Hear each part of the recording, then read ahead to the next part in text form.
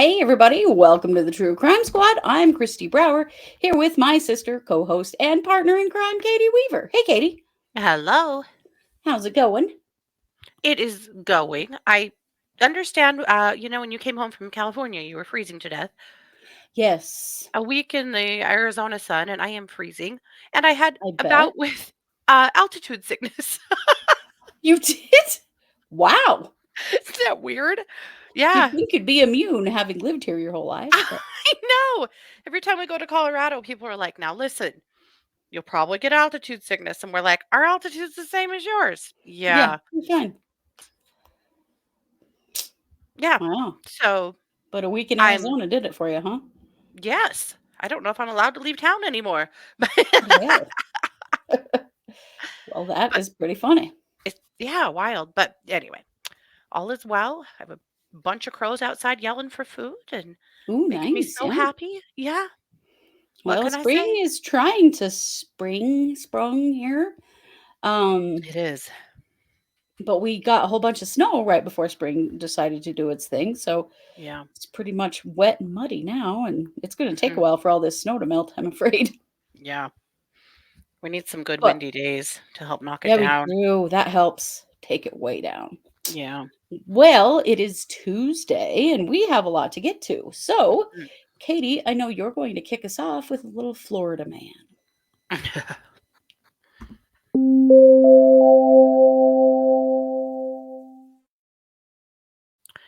Imagine getting married to someone who tells you that they used to be in a cartel and there was a shipment that went awry and you're on the hook for about 60K and there's people after you. Yikes. Yeah. That would be terrifying. So this happened to a woman in Florida. And for the first about 6 months of their marriage, all was well. And then her husband ended up losing his job. He was a welder. And not too long after that, he started disappearing for periods of time. Mm. And she was receiving texts from an unknown number, excuse me, from someone claiming to have him in their custody and that she was going to have to send over some money or they wouldn't release him because he was behind on the payments he was making them for all the money he owed them. Oh, my God. And that she was to send the money to her husband's Cash App and then he would transfer it to Uh, them. that seems a little sketchy. So this happened several times and she was sending many thousands of dollars over. Mm. And so between October and December of last year, it happened multiple times. And every time, after a short while after she'd pony up the money, he'd stroll in the front door. So, Yikes. and many times she'd get texts saying, "I know I said last time was the last time, but this is really the last time. This is really the last time." And in What? fact, the last time she was told to pony up the money now, or her husband's throat gets peeled. There was always threats against his safety, and she was. Okay. They told her they were driving him around in his car, waiting for her to pay up, and so she paid up In his car? to her husband's Cash App, and he Hmm. didn't come home for a few, and she was worried. So she finally decided enough is enough.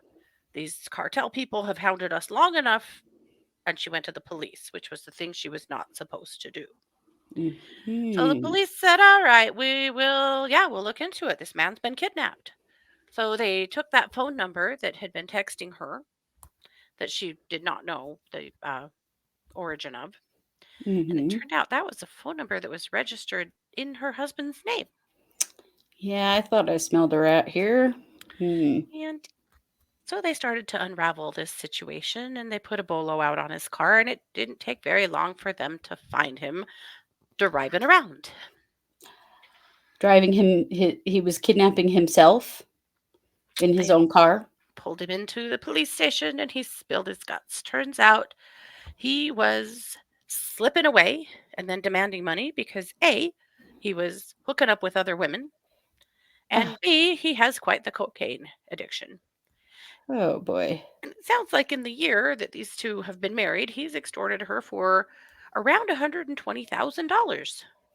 My God, he must have known she had it. Apparently, well, she I doesn't mean, anymore.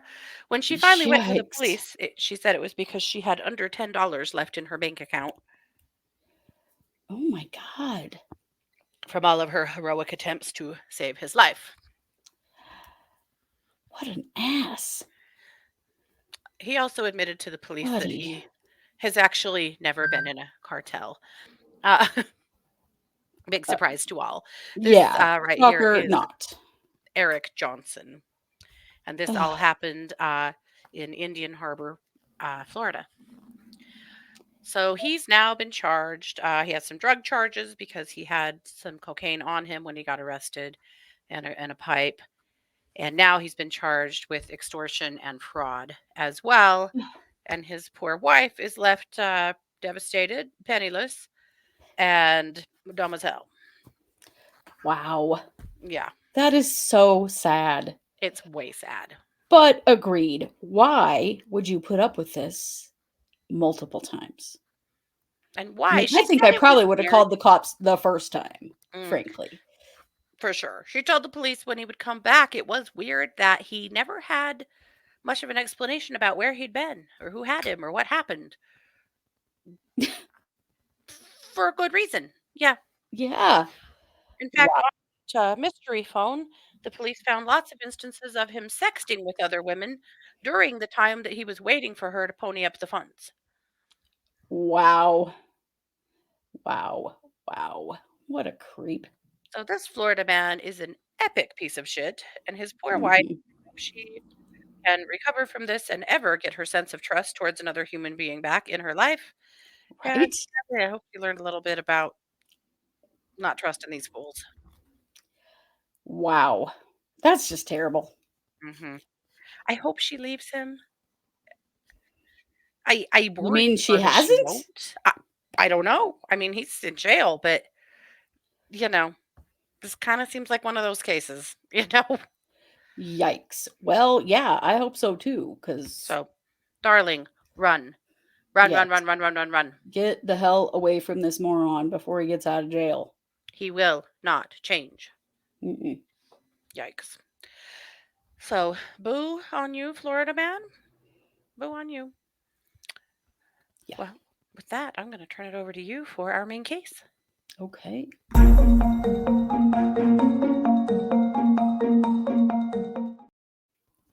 You all may remember little Cody Bigsby. Yeah. We started talking about Cody Bigsby in early 2021. Um, he was reported missing by his father in a 911 call, and things went immediately sketchy. This was one of those, he was just walking around in the backyard and then he was gone kind of deal. And he's just a little guy. Yeah. So right away, it was clear that the police had real questions about Dad, Cory Bigsby. And actually, Cory Bigsby went directly to jail after the reporting of Cody being missing, not for his disappearance, but for the neglect of all of his children. He was leaving them home alone and he wasn't really feeding them or taking care of them. It was a really ugly situation. Like little children, right? Just leaving them home alone for many hours at a Just time. little children. Yeah. Yeah. This right here is Cody Bigsby. Well, eventually, Cody Bigsby was charged with Cory's murder and the disposal of his body. Hmm. Little Cory, or little Cody, I knew I was going to mix them up. They're so hard. Little Cody has never been found. Right. Do you remember there was And that yet, moment where they thought they found him yeah, buried at a schoolyard and everybody was waiting on pins and needles and it turned out it was like someone's family dog? yes, Yeah. yes. Yeah, there were bones wrapped in a blanket. And Yeah. yeah, it was a whole thing. I do. Awful. Well, Cory Bigsby today was found guilty of the murder of Cody Bigsby and the disposal of his body, which Mhm. is pretty interesting because Cody's body has never been found. Yeah. So I want to tell you a little bit about what went on in the trial, um, and kind of how this all went down. One thing to know is that Cory actually confessed in writing or by transcription, where he was having a guard transcribe his confession 5 different times. Wow. Um, I have 5 several of different them. confessions? Like, did the story change? No, there's two stories. One of them quite obviously is true, and the other one quite obviously is not true. So Okay. I was going to show you these, but you can't read them anyway. So I'm just going to uh oh, I'm sorry. It was January of 2022 that we started covering this little guy's disappearance, Okay. not 21. It was during I'm the going to period read. of the 4-year-olds disappearing, right? Kind of Yes. all right Yeah. there in that pocket. Yeah. Yep. It was during that time. So I'm going to read you a couple of these because there are basically two versions. There's the version that he gave that sort of lines up with his 911 call, and then there's the version that actually lines up with the like forensic evidence they've found. So I'm going to read you first the one that lines up with at least the timeline of the 911 call. So this is something that he had a guard transcribe. So he didn't write it, but the guard actually came. There were a couple of jail staff that came and testified to the fact that they are the one that wrote these, and they just cried their eyes out because it's just Oh so upsetting. my But here's god. the first one. I, Cory J. Bigsby Sr., am confessing that on the 30th of January 2022, stepped outside of my apartment at 171 Ranelette Drive to get some items out of my car to wash clothes. And when I returned, I found my son Codi Josiah Bigsby laying at the bottom of the steps, unresponsive. He must have fallen. I Sure. then tried to revive him by administering CPR several times over and over until I couldn't anymore. Mhm. No Sure. 911 call mentioned in this one. Then I prayed, step outside for a few minutes and talk to God as I prayed and asked God to allow my son a second chance. Then I Oh, returned and administered CPR again, but got no response. So I panicked and prayed. Jesus, this dude.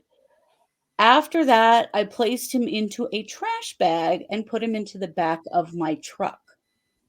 On the 31st of January, at around 5:30 a.m., I took him to Garrett A. Morgan Boulevard and placed him into a receptacle.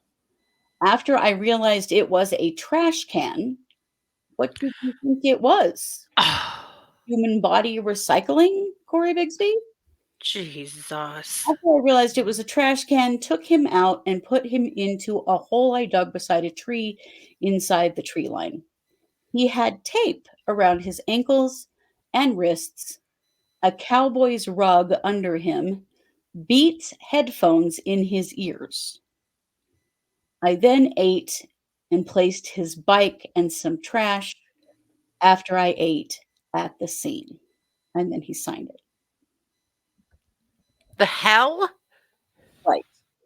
So that version's come around a few times. And then there's the version that police believe is what actually happened. And please don't tell me he ate a Del Taco. I can't take it. No, but the part about eating makes me want to just Mhm. ooh. Okay, I'm going to do my best to read this because this one he then X'd it out. He put a big X over the pages, but it's Mhm. still here, the writing is still here. So this was on the 18th of June, 2021, which by the way, there are no photos of little Cody on Cory Bigsby's phone after June 18th of 2021. Oh, dear God. Was he gone for 6 months before anyone knew? Yeah, 7 months. Oh. it appears he was. Ah. I Okay, let me see if I'm going to try to read this. I've got to blow it up. It's hard to read. Cuz this one's written I think in crayon. Um I, Cory Bigsby, walked in the room and grabbed Cody and dragged him into the kitchen and thumped his head on the floor and beat him with my fist, and he went into cardiac arrest.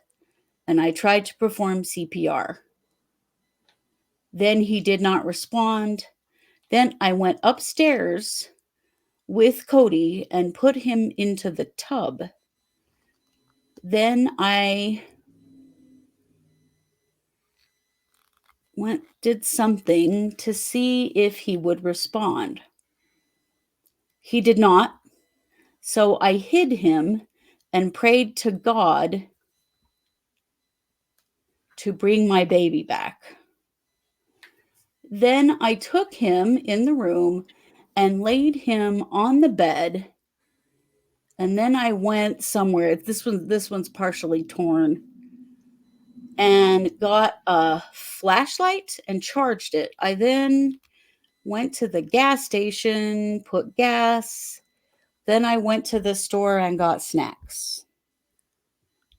Okay. Hang on, sorry. You get the next page of this. Then I went to the restroom, and I'm going to censor what's said here. And wiped fecal material on Cody's body.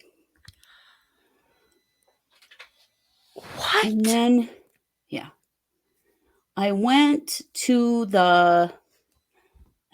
empty our washer and put Cody in a bag. Then I drove back home and put Cody in the fridge. Then I put Cody in the car again and drove him to building 5511 and dug a hole by the tree and buried him. Then went home and prayed for forgiveness. Then went to King's Dominion the next day, and I went to the hospital and I dumped my clothes from the crime in the trash and burned them. Oh, that's right. He washed them first. That's what the washer was. Then the next day, I went back to burn Cody and cover up scars from beatings. Then I went home and took a bath. Please accept my confession. Sincerely, Cory Bigsby. Oh my God. So at one point when he had him hidden in the house, one of Cody's siblings actually saw him. And one of the things that the judge allowed, first of all, he allowed these confessions into court because although the defense said that it was that he was under so much pressure and it was so stressful there that he did these, but it was pretty clear that he did all of these confessions voluntarily. And then they let in poor Cody's brother, who was only 6 years old at the time that he saw his little brother. And he said, I saw him laying there and his eyes were open and I thought he was dead. He's the only witness to Cody's body. Wow. And the defense tried to say that he was unreliable, that this was hearsay, a whole lot of things. But I think actually the simplicity of a child's perception in this situation very clearly tells us exactly what happened. Yeah. So Cory was convicted. It took the jury only 2 hours of deliberation to convict him today. And he he's convicted of second-degree murder, which I wish it was worse, honestly, Yeah. because it's less um it's less time, you Yeah. know. And This Cody trial deserves 7 all the days. justice. Yeah. So this is in Virginia. Cody was 3 years old at the time that he went missing. So they did find him guilty of second-degree murder and hiding his body. Um, he will be sentenced in June, I believe. Hopefully on June 18th, the last day anyone ever saw him alive. Hmm. Um, Cody's mother was in the courtroom, and she did not have the children. Uh, Cory did. I've never fully understood why or how she didn't know that he was Yeah. missing all that time. There were a lot of We questions around that. tried to get that information once before, and it's just always been pretty unclear. Yeah. So if you remember, the community really rallied for little Cody when he went missing. And Yeah. so there were a couple of different community groups, one called Team Cody and another one called Six Women in a Notebook, um, who have been fighting for justice for Cody Bigsby since he went missing. Hmm. And they spoke to the press and were absolutely ecstatic. There actually were members of Cory Bigsby's family who were upset about the verdict, who had defended him, Sure. which I find tough to take, frankly. Right. Maybe, I don't know, defend Cody? Yeah. Care about The Cody? Yeah. Give a shit about this 3-year-old Weird. child. Yeah. The defense attorney, Curtis Brown, said to the press, "You all presented the case the way you all wanted, as if he was already guilty." No shit, dude. What do you think we're doing here, bro? The press Yeah. asked him, somebody with the press asked him if Cody was still alive. And he said, "I don't want to say something that I'll regret." Right? Okay. Like, Here's a thought. gross. Say no more things Yeah. at all. Say no more things at all. Mm, Um, so, that's he gut the wrenching. defense basically just tried to say that these were false confessions and that the brother was hearsay. I mean, he doesn't really have a defense at all, No. other than um, they don't have a body. This Yeah. child was 3 years old, and the person responsible for him has made multiple confessions, all of which are terrible. So, who else are we going to hold accountable here? Yeah. Mm, The prosecutor was kind of disappointed that he did not take the stand, that Cory Bigsby did not take the stand. He said to the press, "I was going to have no mercy with him. If he took the stand, you would have seen another beatdown in the courtroom. It would have been a legal beatdown. It would have been no mercy." he was But laying in he bed thinking didn't, about that all night. Yeah. right? But then, of course, he's a chicken and didn't, because Yeah. he knows he did this. When he was first arrested, one of the stories was that he had gone to buy a new car and was gone for 8 hours Yes. test driving and purchasing a car and left all of those kids home alone all that Yeah, the time. oldest one that was like the oldest was 6. Yeah. Yeah. Mm, Um, so there's no proof that Cody was alive after June 18th, and actually his sentencing, I didn't know this. I just guessed at that because I knew it was in June. It is scheduled for June 18th, on the 3rd anniversary of his death. wow. So I'm grateful that this man is being held accountable and that he can't be around his other children. He's clearly a danger to everyone in his life. So is his It's sentencing via judge or via jury? Or do you know? It's via judge. It's I not hope a he throws capital case. all of the So books at this dude. Yeah. I'm quite sure that he will. That jury only took 2 hours. Yeah.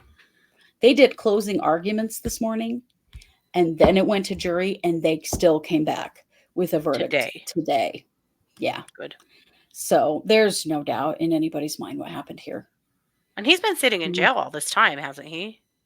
No, he had actually Oh, has he been eventually out? had been bonded out, but his bond was revoked, and he's going Uh-huh. straight to jail, Good. straight to, yeah, awaiting prison. I hope it really, really sucks, Cory. I hope it Yeah, really, really fucking sucks. I hope you never get out. Mhm. I hope you never walk out of that a free man. Um, the stories he's told give some kind of indication of what he did with this little boy's body, but they've never found it, and they have looked and looked and looked, and they've looked based on these confessions, and they've still never found it. The prosecutor said that he thinks they probably never will. Yeah, this will be like Harmony Montgomery. They'll never I'm ever afraid find it him. will. Yeah. So, fuck you, Cory Bigsby. I hope you hate jail a lot. I hope you hate prison horribly. I hope it's as miserable as it can be. I hope prison hates you, Cory. Yeah. Yeah, exactly. Exactly. I am so fired up about the case I just presented that I cannot remember what your last segment is now. You told me, and I've totally forgotten. That's okay. It's creepy crime. Oh boy, like we haven't had enough creepy crime already today, huh? Mm-hmm. All right, well, let's do that.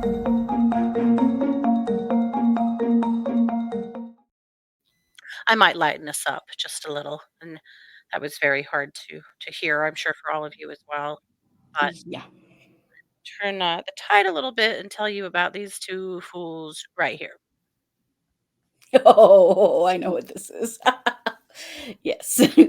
This happened in Ohio, and these women are named. This is Karen Casbaum, and her roommate. I'm gonna have to get her name.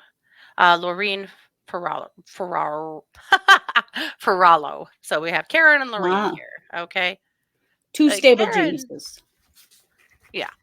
Karen and Laureen lived with a man named Douglas Lehman, a little older than these two. Karen, in fact, is in a wheelchair, and these three adults lived in a home together. And recently, they were apparently getting ready to go somewhere, and Douglas died walking out the front door. Hmm. He was 80 ish, Mm-hmm. in his 80s. And you would think that when someone collapses and dies in front of you, the first thing you would do is call 911. That's what I would do. Well, not if you're Karen. If you're Karen, you're more concerned about what's in his bank account. Hmm. So Karen and Lorraine tried to wrestle him into their car, but they were unable to do so because she's in a wheelchair and they just weren't strong enough. So they called a male friend over who helped them to wrestle Douglas into the car, strap him into a seatbelt, and they drove to the bank and just weekend at Bernie's him, and pretended like he was alive so that they could take $900 out of his bank account. I'm assuming that was draining his bank account, but that's just me. Uh, then they drove to the hospital and dropped him off. They didn't even tell the hospital who he was. They just left. And then later it apparently occurred to them, oh shit, they probably don't even know who this is. So they called the hospital and said, "Hey, that dead guy that got dropped off earlier, this is his name and shit." Basically, What? What? yeah, yeah. I I'm not often speechless, but Hmm. I'm speechless. Hmm. This is the dumbest crime I may have ever heard of. Yeah. Well, apparently, since the bank knew them, and as long as he was in the car, it was okay for them to come and withdraw money from his account. His relatives are saying he trusted and liked these women, and allowed them to live with him. Karen's has a relative who spoke to the news who said, yeah, she's got a flaming drug problem. And Hmm. it's caused a lot of problems in her life. And I'm guessing this is a part of that. But holy shit. Yeah. Yeah. Holy shit. Was it really worth the $900, ladies? Well, I would 'Cause imagine not, because they've both been arrested. Because, mhm, you can't just do that. right. So they're both looking at like a $5,000 bond. It's just like abuse of a corpse, failure to report kind of stuff. As of now, they both face 2 years, up to 2 years in prison if they're convicted There's on gotta both be some charges of kinda conspiracy. theft or fraud or something too, right, Yeah, from the bank? yeah, there's a handful of things. But they're also doing an autopsy, because what actually happened to Douglas? Right? That was my first question when I saw this story, like, he just died Right. and then they did this? Like, I don't know about that. And apparently, the reason that they know he died walking out the door and stuff is because Karen is an idiot and had a recorded line phone conversation with a relative from the jail where she admitted all this stuff. Oh my god. At least they are so dumb, they're telling on themselves, but Jesus, what a terrible thing. What a terrible thing for Douglas's family to Right. realize has been done to him, you know? Yeah. Yeah. God, The complete level of disrespect, but also you just knew he was dead. Like, you call 911, right, you do. perform CPR, you It's try not to your save people you that are dying. You don't just try and figure out how you're going to wrestle them into the car so you can go to the bank and take all their money. For God's sake, right. Karen and Lorene. Yeah. Now, and what else had they been doing? If they did Right. this, they've been stealing from him all along, I'll bet you. You bet they have. This is as cold as ice, man. It Yeah. is. It's just it's Yeah. horrifying. Pretty disrespectful to old Douglas, that's for sure. I would imagine that the bank teller who, waited on them at the window is probably horrified to know that he was dead in the car the whole time they were making the withdrawal. And God. it depends on the article. One of the articles that I read said that they went through a teller. The other one says they went through the bank ATM, but the teller saw Oh. him in the car so that they would have permission to use his debit card. So, but either way, they Mhm. totally pulled a weekend at Bernie's with this guy so that they could pull money Yeah, out of his bank account. It's just so gross it is. and so It's disrespectful. what did they think was gonna happen when they just dumped him off at a hospital dead like that? Like no one was gonna come back and say, "What the hell are you doing?" I mean, do It's we very really have strange. to review in this country what to do if someone's having a medical emergency and may have died? Yeah. You don't put them in a trash bag in the back of your car or put them in the No. bathtub or the refrigerator. No. You don't load them in the car and take their body to the bank and then drop them off at the hospital and move on your merry way. Yeah, There's about a billion other things you don't do. The only thing you do is call the authorities. That's all you do. right. That's what you do. 911, that's it. That's what's built, that's the system in this country. Just use it, people. My And god. y'all have been taught to call 911 since you were little. So let's not pretend like nobody knows what to do if someone dies. Right. God, that's horrifying. It is unbelievable how often we hear about stories where people have mishandled the death of someone. And sometimes not even because they did anything wrong, just because they're complete idiots. Yeah. But It's a lot anyway, of times because they did something wrong, though. yeah, yeah. God. So it'll be interesting. I don't know if we'll actually ever get to know what Douglas's autopsy showed. I kind of have this faint hope that some of Douglas's family will see our broadcast and reach out. If that's the case, if that's you, please contact us. We would love to talk to you a little bit and understand everything we can about this situation. And I'd Yeah. really like to know what the autopsy reads. Uh, Right. yeah. And if you're Yeah. Douglas's Very family, curious about please that. push for the autopsy and for the results. And like, Yes. don't let this just go away. There really These has to be people a are good not explanation trustworthy for his at death at all. this point. Yep. Definitely. Yep. Trust no one named Karen or Lorene. Uh, Yeah. No. yeah. So much love to Douglas's family. Yep. Yeah.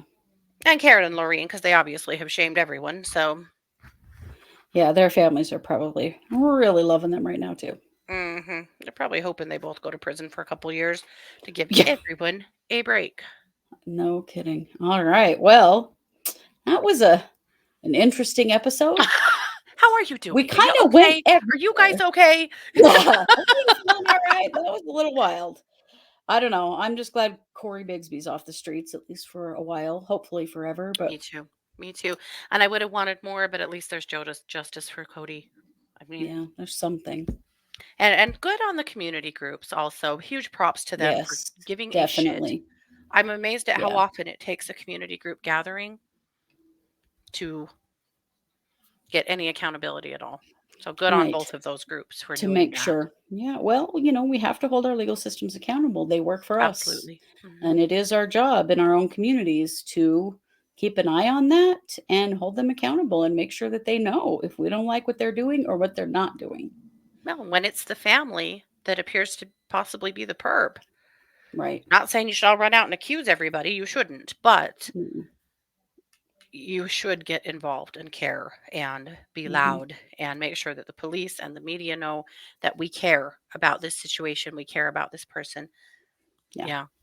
Yeah. If it Yeah. wasn't We for those want ladies justice in for us. Greeley, Montana, or sorry, Greeley, Wyoming, Yes. doing Yes. anything on the case there, who, believe it or not, I could remember Greeley and now I can't remember her name. Irene Gakwa. Thank you, Irene Gakwa. Yeah. Nothing would have happened with that case. And It's still true. not enough has happened, but it takes But at community. least it's still in the system and he's still being investigated. So, yeah, Right. it does. You're So not keep being an a eye out in jerk. the You're community. Make sure Yeah, that these you're are, not being rude. Yep. Advocacy is responsible community citizenship. it Yeah. is. Absolutely. Absolutely. Well, that's our Tuesday episode. We'll be back tomorrow with Wednesday night case updates, and there are some interesting updates coming through. Mhm. An interesting one in the Chad Daybell case, actually. So we'll be Yeah. sharing that along with quite a few other things. Yeah, Crumbly. So, James oh Crumbly's yes, trial is James marching Crumbley's on. trial. Yeah, So his yeah. attorney is just not nearly as interesting as Jennifer's No, was. it's kind of boring because it's all sort of going the way it's supposed to go. And you know us, we like it when someone's being a fool so we can make fun of them. We're There about the really isn't drama. anyone Yeah. in this one except for James Crumbly, and we all know what an ass he is. So Mhm. keep an eye out. We will be back. Be sure to like, subscribe, share, comment, leave us a review wherever you can. All of those things help us to grow. We appreciate you all so much. And you know it. We are the True Crime Squad. Bye, everybody. Take care.